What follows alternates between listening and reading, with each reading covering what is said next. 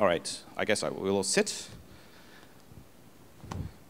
So, sorry, Steve, I kind of gave a bit of a sneak preview. You should never speak to the moderator before the panel because then he'll take all your ideas. So. But I think what we were talking about is social in Asia. Now, maybe a bit of background. And the very refreshing thing about Steve was that he told Tom Crampton, I'll do this as long as I don't have to speak about my company. I don't think I've ever heard those words before, if I may.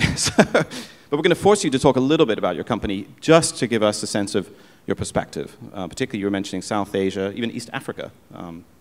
So Mic33 was founded originally in Australia. It's a social media platform. It grew very quickly, and we moved to Silicon Valley. We took funding from Excel, Redpoint, and DCM. And we grew in every other part of the planet other than in North America. And 3 years ago, we moved from California to Singapore. We've continued to grow. We're very big in Indonesia, India, Nepal, Bangladesh, most of Africa, all the emerging markets. So we've got, because of our shareholders and because of the type of business we have, we've got a very unique perspective as to what it takes to build a platform in different markets, and also how to make money. So that's why I'm here. Okay. Maybe we'll let each panelist do the brief intro, and then we'll take it from there. Esther, you were talking about Russia yesterday. You're not going to talk about Russia today, but you have other insights. Yeah, that's right. A big niet on Russia. I'm an investor in startups, and what I'm going to try and do is be useful today. So I started out with a question. Somewhere in the documentation here, it points out how different China is from the rest of the world. Monetization in Asia tends to be more through sale of virtual products versus advertising in the West. And I'm curious if one of you research types knows, in the US, advertising is a huge business, as you know, and most of the stuff is monetized through the sale of ads, whereas in Estonia, for example, which is one place I'm familiar with, at some point, people were spending 15% of their disposable income on communications, mainly cell phone bills. And so in other words, they're willing to spend a lot more on virtual, partly probably because the stuff you could buy in Estonia physically wasn't that interesting. If you look at the Estonians are leaving at the back. Come back. No. If you look at the average American person, they probably have 30 shirts in their closet and 14 pairs of shoes, much more stuff than they need. They buy a lot of stuff. So I'm curious what the percentage of income spent by Chinese, for example, is on communications. I suspect it's much higher, and that the fundamental social behavior is different in the first place in terms of what they'll spend for. Beyond that, we can go to it all later. So Alan, you can't eat a tweet, but people are spending a lot of money in Asia-Pac on communications. Do you have some of the stats we can bounce around a bit about that? Well, the thing that we're focused on as a research group is the absolute disconnect in that, I'm sure the name's going to come back several times throughout our presentation, that small country of 1.3 billion people north of us. And that is the absolutely explosive growth in smartphone penetration. Right. I would say probably 18 months ago, within China, less than 1 out of 10 devices was a smartphone. As I speak now, I would assume almost 1 out of 2 being sold today is a smartphone. And I think China this past quarter overtook the US. In terms of new smartphone sales, that's buying, right. Yeah. Being the destination of more than 1 out of 4. So in the, more than 20 years, I want to admit to researching and practicing within the internet and tech space, I feel like this is the one moment at which we're absolutely sprinting just to stay put, because all of the platforms that we've come to know in China and frankly elsewhere, that we have had 15 years to master the business models, they're all falling off a cliff. You know, just as a case in point, I was musing last night that 19 out of the 20 Alexa top sites in China derive anywhere from 35 to 100% of their revenues from advertising. I think we already have a few precedents through recent IPOs to suggest that that's at risk. And so we're really just focusing on how you monetize in the smartphone era. And the first and greatest source of revenues we think will be online gaming or mobile gaming, which it seems to have been in places like Korea and Japan. But the behavioral differences are dramatic. And to Esther's point, we spend so much money on customizing our avatars in China, which every American, fellow compatriot I speak to laughs at. But there's going to be a lot of behavioral differences added to the leapfrog effect that we're seeing in China. So we're going to be your very virtual busy. closet is never full, unlike the closet in America, which is stuffed. I don't think IPOs collapsing means much long term. I think Jeremy Bentham said it once, in the short run, the market is a voting machine, but in the long run, it's a weighing machine. The fundamentals of Facebook have not changed half as dramatically as the market perception of it. Yeah. So, but I guess, buy Facebook. No. Yeah.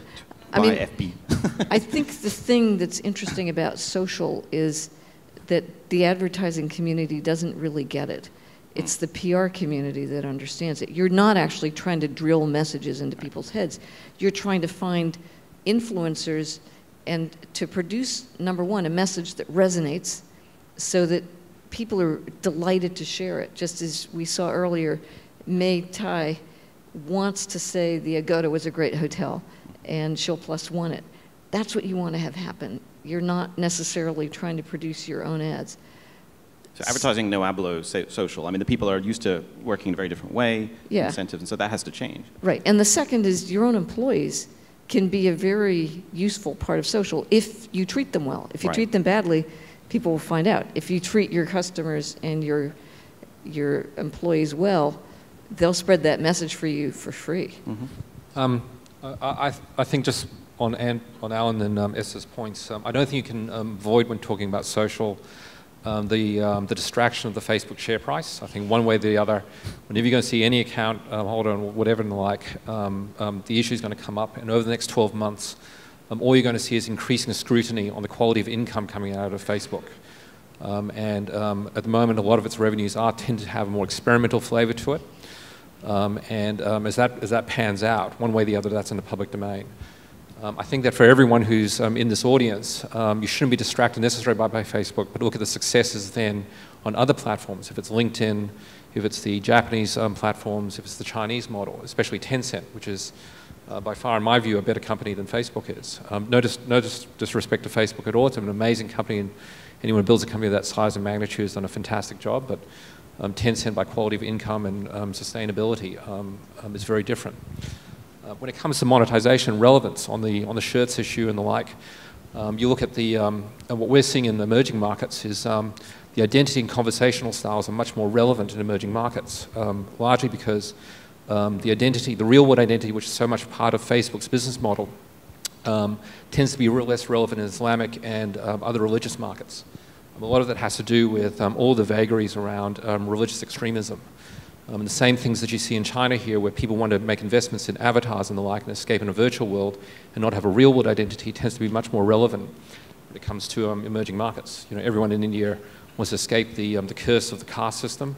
Everyone in Islamic markets doesn't want to be caught out by a bunch of crazy lunatics who want to go and beat them up for whatever their views might be. And we see a lot of that in Indonesia, India, and a whole bunch of other markets. Maybe dig in a little bit on Tencent, because I think there's an app that is discoverable for all the WeChat, which was previously Weixin, right, which is on Android and iOS. But the fact is that we were talking a little bit earlier, that was designed, apparently there was a rumor that Tencent tried to buy WeChat, didn't like the price tag, so they built it themselves, which a lot of Chinese developers say is what Tencent does all the time. And there's an important difference actually between Silicon Valley and China, is we don't have the M&A experience that we have in Silicon Valley here in China. But on this development, the thing about WeChat is that it's in English as well as in Chinese, and you were saying it's becoming pretty popular in places that you might not have expected it to be, in Southeast Asia and perhaps even in Africa and South Asia. So do we see a competition now between Silicon Valley-based companies and China-based companies in these other markets, and who is best positioned? I think if you actually hop on the subway in places like in Singapore, you're around Indonesia, you find that the conversation is clearly moving away from Facebook. You'll find that most people on the train will be using things like Line and WeChat, if you go which mirrors the Japanese example. And then when you look at places like Indonesia, it's very clear that the opinion leaders have all moved off to Twitter. And the conversational style on Twitter is so different in Indonesia, Philippines, India, than is in the North American case. In the North American case, it looks like a shared RSS feed. In most of these other markets, it looks like a public chat room. And that's very, very different. And that has obvious implications then from trying to mimic or copy strategies in North America to some of these other markets. Alan, you track some of these companies across the region and make these comparisons. What views do you have on that? Well, on the topic of WeChat, we kind of think of it potentially as a crucible for what has previously been a panoply of social networking platforms in China. We have a little bit of Twitter, a little bit of Facebook, we've got this, that, and the other thing. To the extent it is a platform that from, I think, day one was designed with the smartphone as a nucleus, it's got what seems to be uniquely smartphone-centric applications. So I use it a lot. I've seen so many of my friends who either straddle Facebook through, penetrating the Great Firewall at night and, Weibo during the days. They're really moving a lot of their behaviors there. And just in my case, I use the push-to-talk function a lot. We can explain. I mean, obviously Chinese characters create some challenges in terms of input, but it's now no longer acceptable to sort of do this on your phone. You have to do this, right? You actually hold up the thing and, so... Right, so 40-something guys trying to stay cool are doing a lot of this. Exactly, they're and failing miserably. Biting their smartphones. I think I chuckle because many of us, and not to prey upon stereotypes, are familiar with how smartphones are used in the mass transit systems around Asia. In Japan, it's absolutely silent. You're typing stuff in, you're playing games. But with the Beijing Underground, people are actually forcefully talking into their smartphones in bursts. I'm on the train. Yeah. I'll be right there, Mom. But I think we've heard references to this earlier in the morning. But I think the innovation around social networking or reaching out, it's in the early stages. I think Weixin is a very interesting manifestation of taking the spot market of what we really want to get done in a social fashion with our smartphones.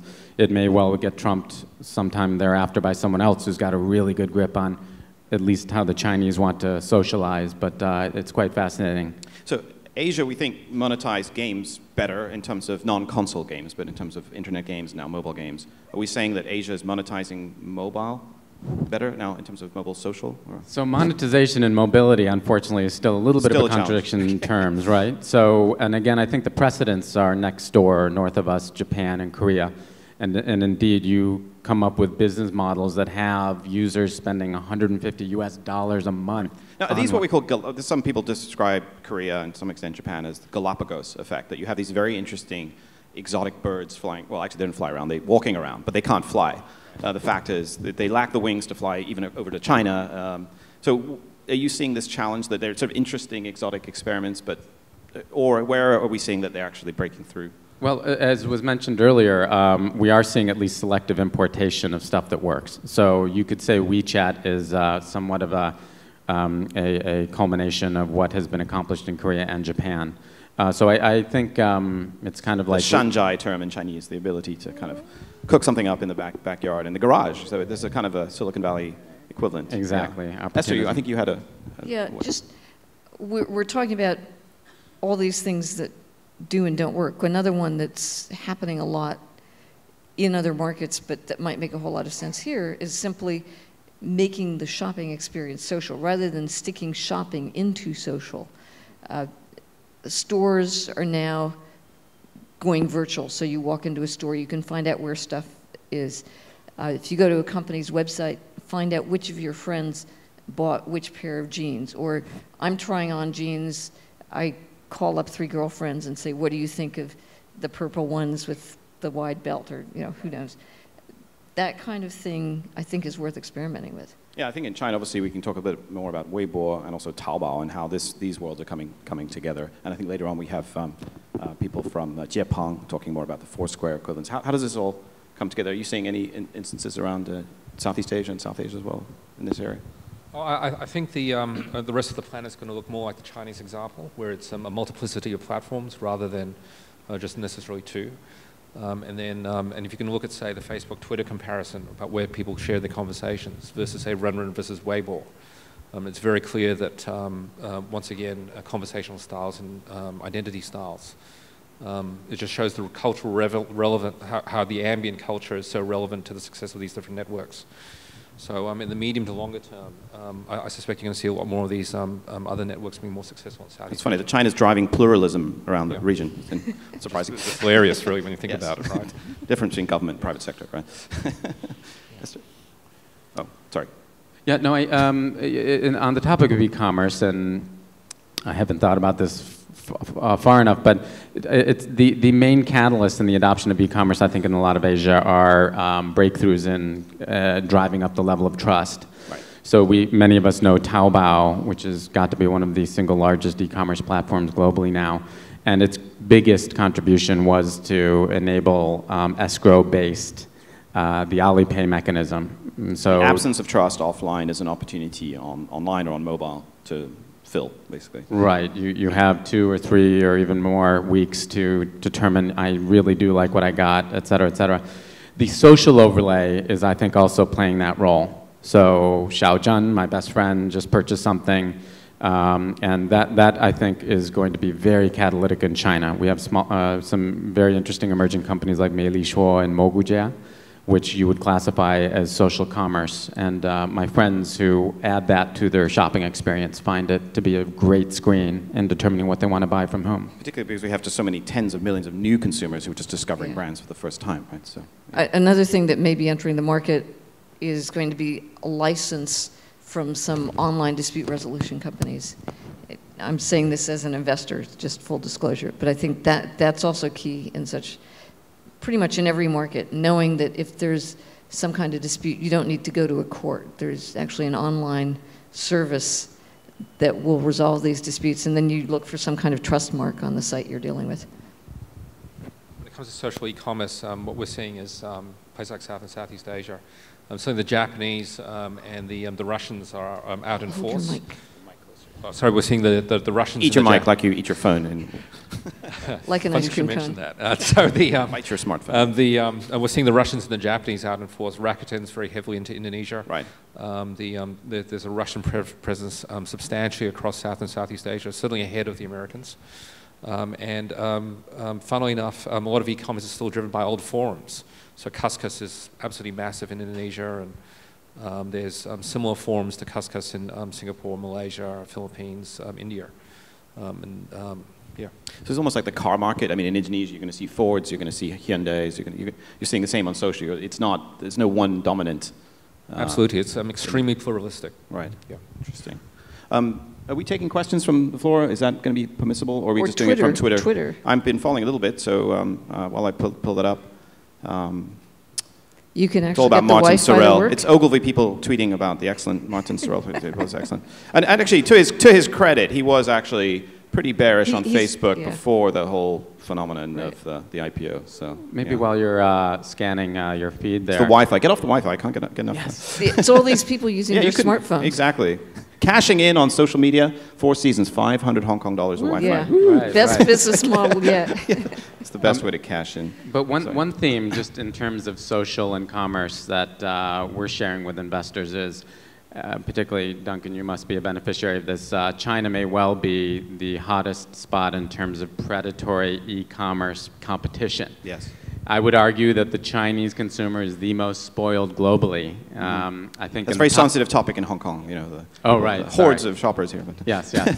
But I think, you know, we have roughly 100 cities in China where the first, second, and or third e-commerce platforms guarantee same-day delivery of anything on their website. Now, I'm an American myself. If I get something within a week, I'm tickled pink.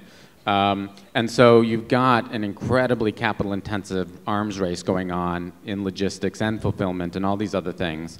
But I think the most fascinating area is indeed the more asset-light, social overlay approach to e-commerce. These companies don't have to buy warehouses. They don't have to hire kids on black iron bicycles.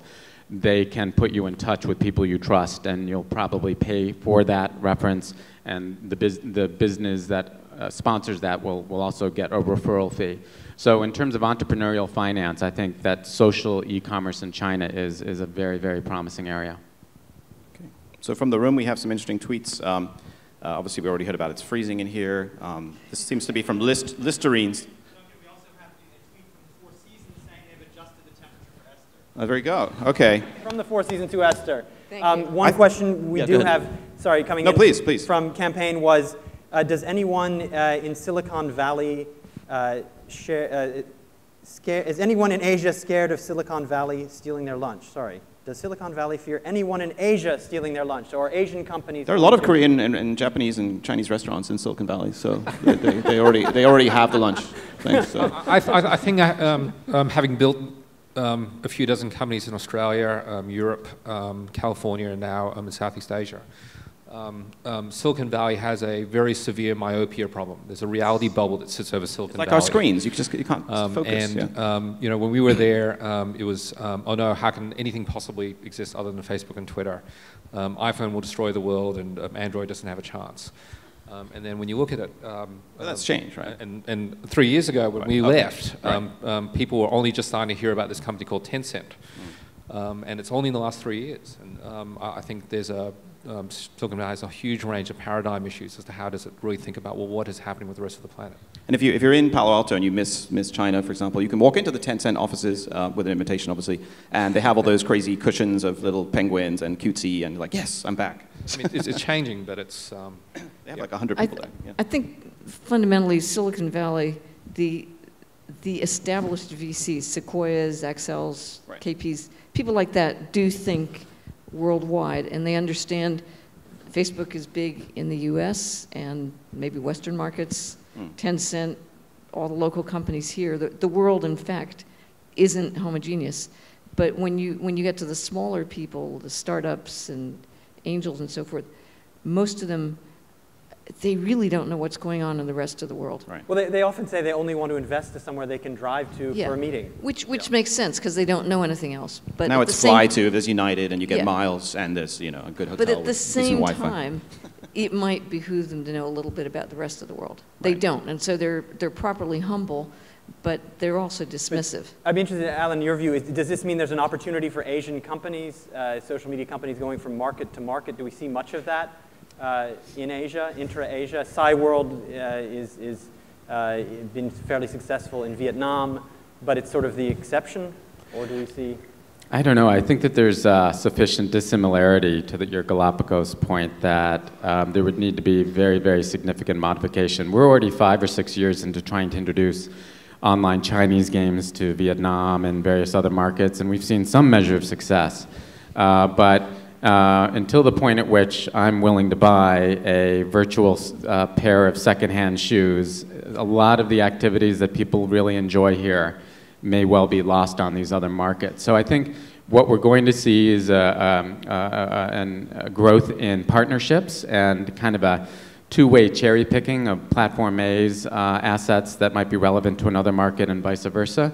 But I don't see, and I may well be wrong, but someone like Tencent Franks creating a hegemony throughout Asia. They are so busy meeting the demands of their own user base, which is the 80-20, if not 99-1 of their business model, that I think it's just not worth their time. I'm not sure what you guys think. I think the best example is that Farmville is basically a copy of a Chinese game, which is a copy of a Japanese game. And I think that says it all. And when you go throughout Southeast Asia and you look at IPTV usage, there's a few Chinese IP TV carriers, which are just all throughout Southeast Asia and potentially displacing the major cable carriers in Southeast Asia. They're all pirated underground. You go into just about any old household where there's a Chinese family that's living there, and or part of the Chinese diaspora that lives throughout Southeast Asia, and they're not watching mainstream television anymore. They're watching pirated Chinese TV. Once again, you go through the subways. Then it's Weibo. It's the extent to which Weibo has reached Southeast Asia is actually quite stunning, it's actually a much more relevant conversational footprint for Asia rather than the Twitter model. I think platforms spread easily. Local content doesn't. And so you'll get on a generic platform, you might get an active local community. Oh, absolutely. But having said that, I mean, when you look at, say, Southeast Asia, India is Bollywood. Indian Bollywood and Tollywood, and barely peaks outside of the country. There's a small population which looks outside the country, but it's domestic. And it applies to just about every other country that you see in all these emerging markets. They follow local stars and brands, and Justin Bieber isn't as Gangnam Style, Psy and Gangnam Style is far more Tom is going to interesting demonstrate. than, You're going to do the Gangnam Style out of here this afternoon. is far more relevant than Justin Bieber is now in places like Indonesia, and it's just it just tells you how flaky this is and how quickly it can move, and how domestically in Indonesia there's once again they're much more interested in the local stars. Steve, you spoke about the content is local and this sort of thing, but what about the business models? One interesting question from the audience. Will Weibo or WeChat or MiG-33 teach a way that mobile can become monetized for Facebook, for example, or another platform? I think Facebook is a very unique example in spite of its size. But I think certainly looking around the rest of Asia and following the different startup communities, there's a general awakening that China looks like it holds the keys to success as to what monetization looks like for the rest of the planet. So China holds the answer? China holds the answer. Because there are no deep advertising markets in any of these markets. Indonesia, total digital spend last year was, depending on who you speak to, between 30 and 50 million. 30 and 50 million for a country of 240 million people. And then, but if you look at the ARPUs that we're getting in MiG-33, they're near identical to what the monetization rates are for Tencent, which is like, a high single digit and several dollars per user. If this is the case, which is better than the Facebook ARPUs. Maybe we can ask one additional question on that. We talk about Silicon Valley in Asia, but you can break it down to two things. There's the funds who have actually been backing a lot of these homegrown, supposedly successes, like Baidu, for example, and others have investment from the leading Silicon Valley investment firms who've set up in China or originally invested from Silicon Valley. So if you will, the sort of the Sand Hill Road, University Avenue kind of investors. But then we have the Route 101, if you drive that. You've got Facebook, Google, and up into the city, into Twitter, and so on. They haven't been as successful in places like China. One of its reasons, in some cases, Twitter is blocked, for example, and things like that. So given this disparity between the success of investors from Silicon Valley and some of the companies that are based in Silicon Valley, will we start to see more like minority investments held? Don't forget that Google was an early shareholder in Baidu until it sold out. 5%, 10%. Are we going to start seeing more of this network coming together? Because investors seem to be doing a better job either for cultural reasons or... Money travels more easily than culture. Right. It's the... I think, GRI is a minority shareholder in MiG-33. Right, okay. When you look at mobile, which is the great question mark at the moment from the planet when it comes to Facebook and mobile in general, it's not the same anywhere on the planet at all. The Japanese mobile case is very, very unique, and it's got the fact that the operators actually deal with content providers. You look at the Apple iPhone ecosystem, where Apple as the hegemon has successfully managed to build a credible payment channel, full stop. But then if you look outside of that, the North American case for mobile has got nothing to do with the Chinese case. It's got nothing to do with the rest of the Asian case. The rest of the Asian case, Nokia is still relevant. Can you believe that? Nokia? Oh, big shout out to Nokia. Chinese handsets. Chinese handsets is what's driving mobile internet adoption on the rest of the planet. Which, if you think that Chinese handsets are driving it and it's not iPhones, right, then what does that mean for the carrier of platforms into these markets and the monetization models? And we're seeing, Tencent again has been making minority investments. We've seen in Mail.ru in Russia and so on. So if the Chinese are starting to make minority investments elsewhere, maybe they're going to be in South America. Are we going to see similar requirements for the U.S. players to act differently? I don't know about requirements. They are fair. There are many markets that are already dominant, yeah, right? And so. the English, I think it's less about countries. It's a lot about language groups. Right. And so it's kind of ironic we're all speaking English here for what it's worth. Mm-hmm. But that's going to change. I think 10 years from now, we'll all be speaking Mandarin here. 好的，那我们接下来，大家有什么问题？ Yeah, why are we not on Weibo? We just on Twitter? One more question from the audience here, interesting one from Julien Devra. Aren't China or other local platforms performing so well because other players are blocked? How much do you attribute that to their innovation or their new things, and how much do you attribute it to them, their competitors being blocked? Canard in the industry, so Well, there are particularly high-profile examples of this. Again, Facebook, we do have kind of a proxy for Facebook called RenRen in China to the extent that it's predicated on real ID. Small advertisement. We'll be speaking later Joe will today. be Oh, great. Social Media Oh, Matters. that's right. That's right. In the building, in the building.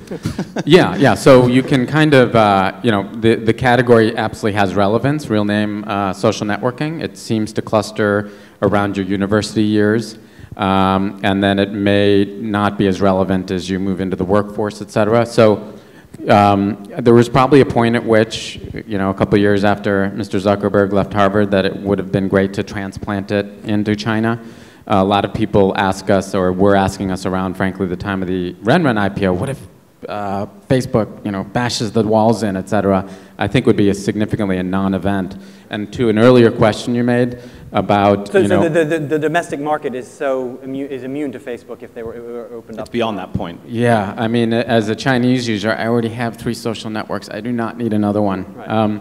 And so, the other thing in terms of strategic investments, you do not want to gain advice from Yahoo on that front. We also have a litany of issues that we're trying to get through, something called variable interest entities, which has led to the discovery amongst all of my clientele that they actually don't own Baidu, they don't own these internet assets. But lawyers love VIE. Lawyers have made a fortune on this stuff, but it's time to move on. Yeah. So I think that could be challenging.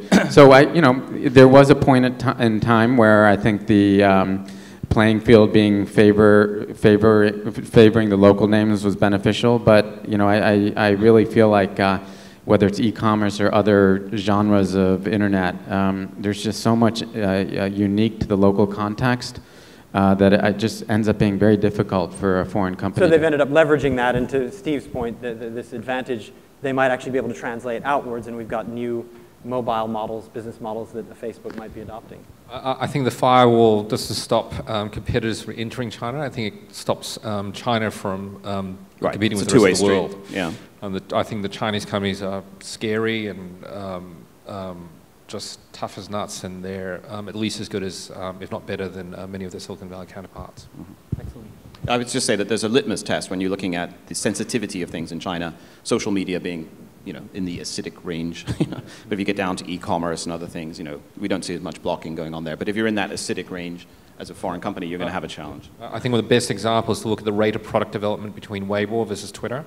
And Twitter has improved a bit, but looking at Weibo and the amount of product development and the depth of engagement in Weibo, by comparison, the new Weibo looks like Facebook. I don't really see the difference between Weibo and Facebook. And one line of thought, which is offensive to a lot of young internet startup employees, the kind of traditional Porter's 5 forces analysis of these dominant companies in China.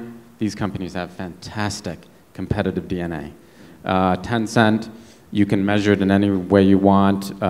Level of attrition of engineers, which is incredibly low. Number of offers into Beijing University and Tsinghua that convert. These are very well-run companies. It's not about a whole bunch of sea turtles coming back, monitoring illegally satellite feeds to find out what Google's battle plans are. I mean, this is really legitimate, homemade innovation that we're seeing, which I would not have said, frankly, 5 or 6 years ago. Okay. Which makes for a great transition. They have fantastic innovation. They're going to be bringing innovation to the rest of the world. We were talking about Sina Weibo, who is in fact our next speaker. So I would like to thank our current panel for the cashing in on social media. Thank you very much for joining us.